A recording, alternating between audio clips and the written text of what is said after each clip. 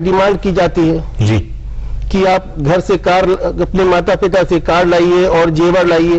जी जो सेट दिया सास को जो है वह हल्का है, और उस डिमांड की पूर्ति न होने के कारण जी लड़की के साथ दुर्व्यवहार किया जाता है। जी उसको मारते हैं, कटाक्ष करते हैं, खाना नहीं देते हैं, जी आर्थिक तौर पे उसको तंग करते हैं। जी उसकी जरूरतों का उसकी जो जरूरतें हैं, मिनिमम जरूरतें हैं, उसकी पूर्ति नहीं करते हैं। जी और इस तरीके से जो प्रताड़ना है समाज में चलती रहती है। जी सब समस्याओं के लिए एक महिला के पास क्या अधिकार है? कानून भारत सरकार ने इस को भी रोकने के लिए जी सेक्शन 498A जी आईपीसी ने जो है बनाया कि अगर दहेज संबंधित लेके मानसिक तौर पे, आर्थिक तौर पे, शारीरिक तौर पे अगर महिला को यातना दी जाती है जी तो वह पुलिस स्टेशन में जाके उसकी अपनी कंप्लेंट जो है दर्ज करा सकती है। जी इन्वेस्टिगेट होती है, सही पाए जाने पर कार्रवाई की जाती है, जी। चाहे वह पति के खिलाफ हो, पति के माता पिता के खिलाफ हो, चाहे वह उसके अन्य किसी रिश्तेदार के खिलाफ हो। जी प्रावधानों का इस्तेमाल किस किस के खिलाफ किया जा सकता है? सिर्फ पति और माता पिता के खिलाफ ही? इस प्रावधान का जो इस्तेमाल है, प्रयोग है, वह पति की माता पिता, बहन, जी मामा मामी, कोई भी रिश्तेदार जिसने वास्तविक रूप से प्रताड़ना की है जी उसके खिलाफ इसका जो है उपयोग किया जा सकता है। तो सुनील जी, मैं ये जानना चाहूंगा कि जो असल में प्रताड़ना है और एक होता है मजाक, इसके बीच में कोई कैसे फर्क करे?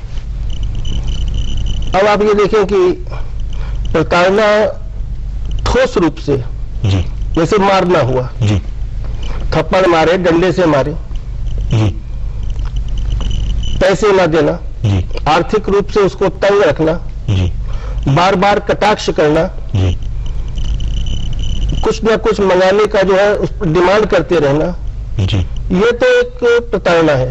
जी और कभी अगर मजाक में कह दिया कि जी ये बार बार जो है रोजाना नीले रंग की साड़ी डाल लेती है, जी या ये जो लिबास डाल रखा है ऐसा लिबास नहीं है, जी चलना चाहिए, या आप जीन नहीं डालेंगे, आप साड़ी डालिए या आप सलवार सूट डालिए, जी उसमें थोड़ा सा डिस्टिंक्शन करना पड़ेगा। जी जब लड़की शादी करके जाती है जी तो उसको अपने ससुराल का जो वातावरण है जी उसमें ढालने का उसको प्रयास करना चाहिए। जी जी और अगर ऐसी अपेक्षा की जाती है जी तो उसको प्रताड़ना नहीं समझना नहीं चाहिए। समझना चाहिए। क्या सरकार द्वारा भी कोई मदद की जाती है जो दहेज पीड़ित व्यक्ति हैं, महिलाएं हैं? अभी हाल ही में prevention of women from domestic violence act भी बनाया गया। जी इसी हेतु बनाया गया जी कि सिस्टम को थोड़ा सा और सक्रिय किया जाए, उसमें जो लूपहोल्स है उसको प्लग किए जाए, जी एक न्यायिक मजिस्ट्रेट जो है उसको मॉनिटर करे, जी जहां वास्तविक रूप से इमीडिएट कोई मदद चाहिए, कोई आदेश चाहिए, वो मजिस्ट्रेट पास कर सके।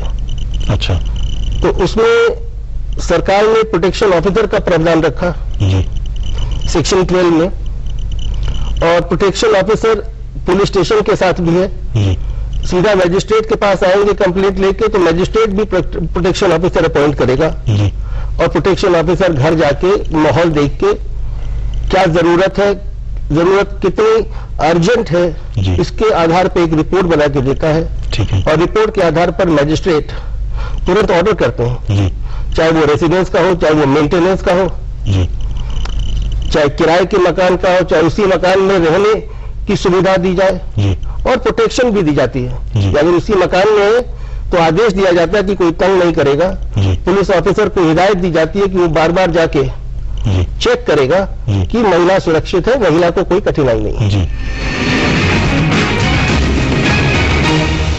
दारू पीते हैं, मारते हैं, घर तो बाहर काट दे सर।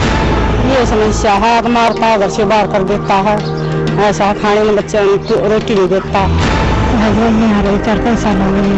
ये समस्या ये है, मेरे पति मुझे सही नहीं रखता है, लोग गंदी गंदी गाली देते हैं, बच्चों को मारते पीटते हैं, मेरे माँ बाप को मतलब वो समझते नहीं है। क्या काम कर लो थोड़ा बहुत, और 4 बच्चे तो मैं गुजारा कर ली।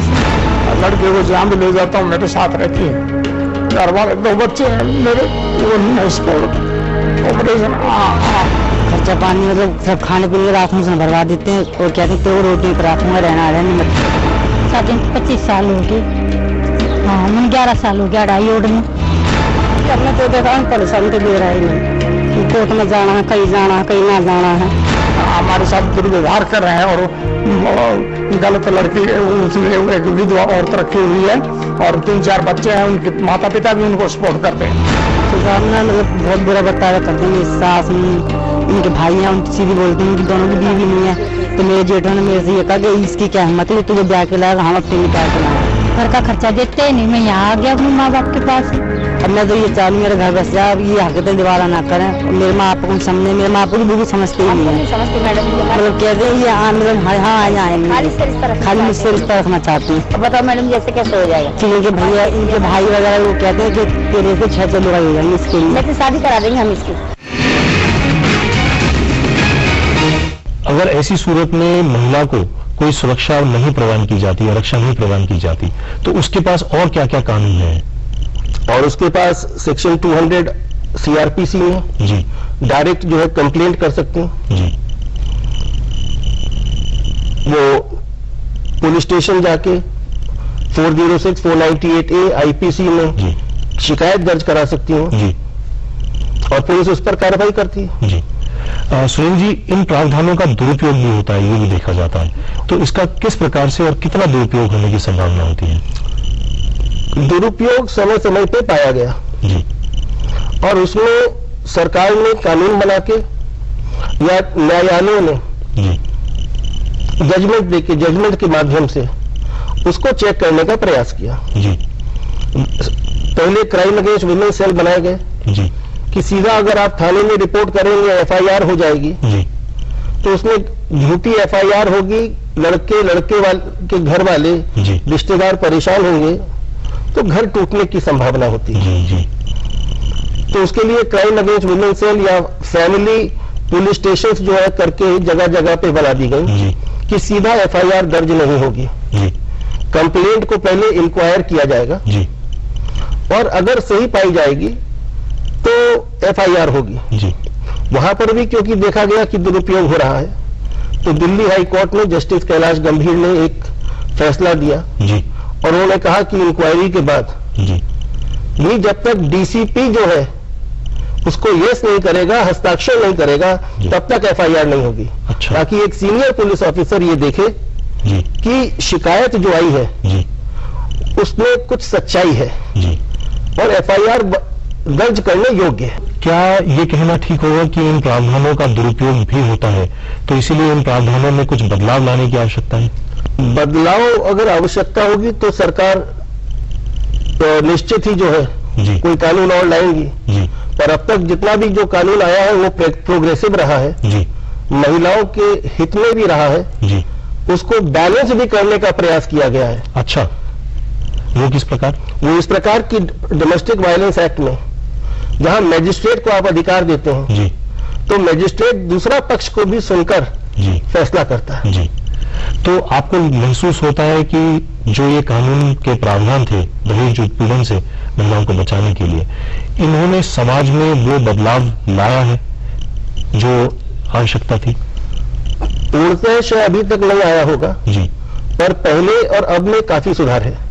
अच्छा, जितना आप पहले अखबारों में सुनते थे या पढ़ते थे कि रोजाना जो है दहेज संबंधी दिक्कतों के कारण महिला को जला दिया